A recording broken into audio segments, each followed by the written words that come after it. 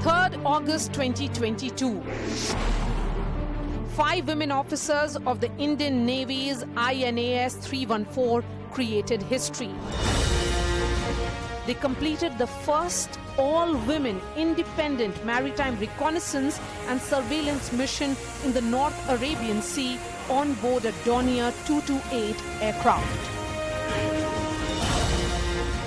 The path-breaking military flying mission is expected to pave way for women officers in the aviation cadre to assume greater responsibility.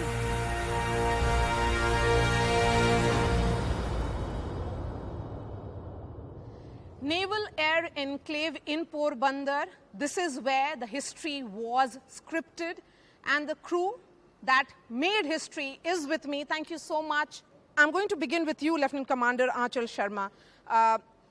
You were the one who led this crew, this mission. What was it like to lead a mission which is first of its kind?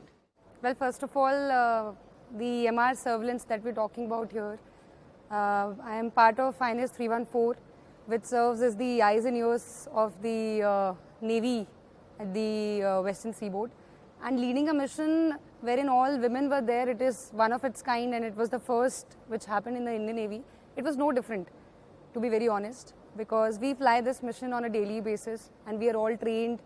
Everybody has been instructed, trained rigorously by their instructors, and taking a mission on with all the women independently was no difference. This is happening in 75th year of India's independence. Was it special? Well, I would say it is a coincidence that it is happening this year. Obviously we had a lesser number of women earlier, and the pilots recently joined us. So we had the chance and the opportunity to make it this year, and we're very, very happy that it is historic. Okay, Lieutenant Shivangi, your thoughts to be part of it, and we often say that pilots have to take decisions in split second. So, like ma'am told, it was just a coincidence. We all have been flying in different missions. We all have been doing these kind of missions, and we are all trained for it.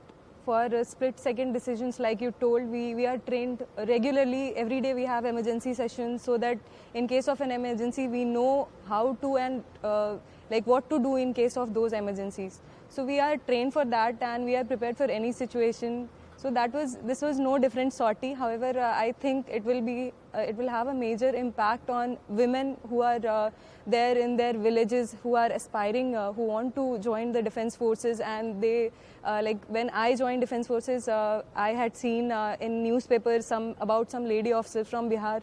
So that gave me an inspiration. Who was your inspiration? Who is this lady officer from Bihar? I don't remember the name, but I always wanted to be a pilot. So during my childhood, I had the chance to see a chopper landing in my village. There was a minister on board, and that time it was very fascinating to see that a man is flying this big, aircraft. That time I didn't even know that it's called a chopper.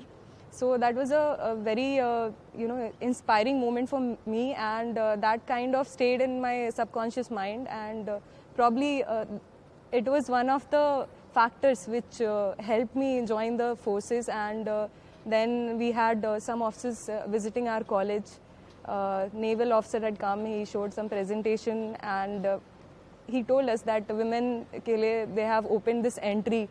So again, that was a golden opportunity for me. I tried, and fortunately I got through. I'm going to ask you more on that, because that's a fascinating story. Lieutenant Apurva, again, when we look at the journey of women and also the journey of India, it's a special year for all of us, 75th Independence Day. Okay, so as mentioned earlier, Lieutenant Commander Archer, Lieutenant Shivangi, it is definitely special.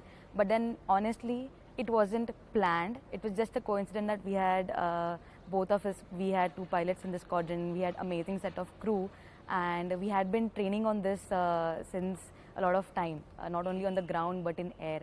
And one fascinating fact about going an all-women crew was, initially it was really weird in the cockpit wherein we had only female voices. That stage was really empowering. And before that we had been, like self and Lieutenant Shivangi, we had been flying together just for the training of this sort. But it was really amazing. Now when I look back at this young stage of seniority, wherein I'm just few years in the service, it is really amazing to see how much we have grown so far. I think when I was a kid, this concept of gender bias or stereotypes existed. Now when I look back, it's not there. It just doesn't exist. We are at par. We are treated equal. We are given equal opportunities. In fact, I think we are trusted more. And it was amazing. And for That the cockpit record, story that you're talking about. So on 3rd of August 2022, what was the cockpit story? okay, for us it was a normal vision. We were briefed, you have to be all normal, just go, do your mission and come back. Initially, while I was doing my externals, I had butterflies in my stomach, no doubt. In fact, we have it before every sortie, but this time it was something special because we knew once we are done with this mission, we are going to have like every kid in India, in different part of the country, is going to look up to us.